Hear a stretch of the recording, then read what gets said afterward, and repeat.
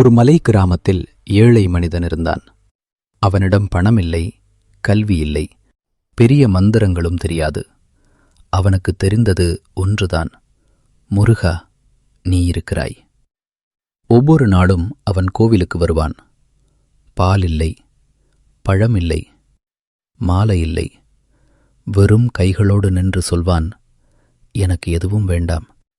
நான் தவறா நடந்தா திருத்து, நேரா நடக்கச் செய்.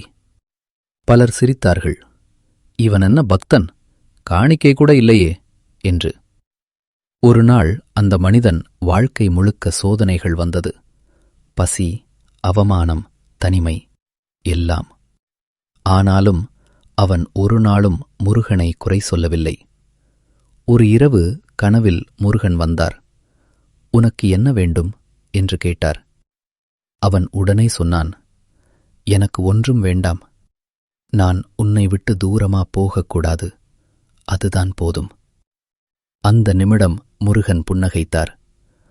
உன்னை நான் சோதித்தது, நீ என்னை வேண்டுகிறாயா அல்லது உன் ஆசைகளை வேண்டுகிறாயா என்பதை அறியத்தான். அந்த நாளுக்குப் பிறகு அந்த மனிதன் பெரிய பணக்காரனாக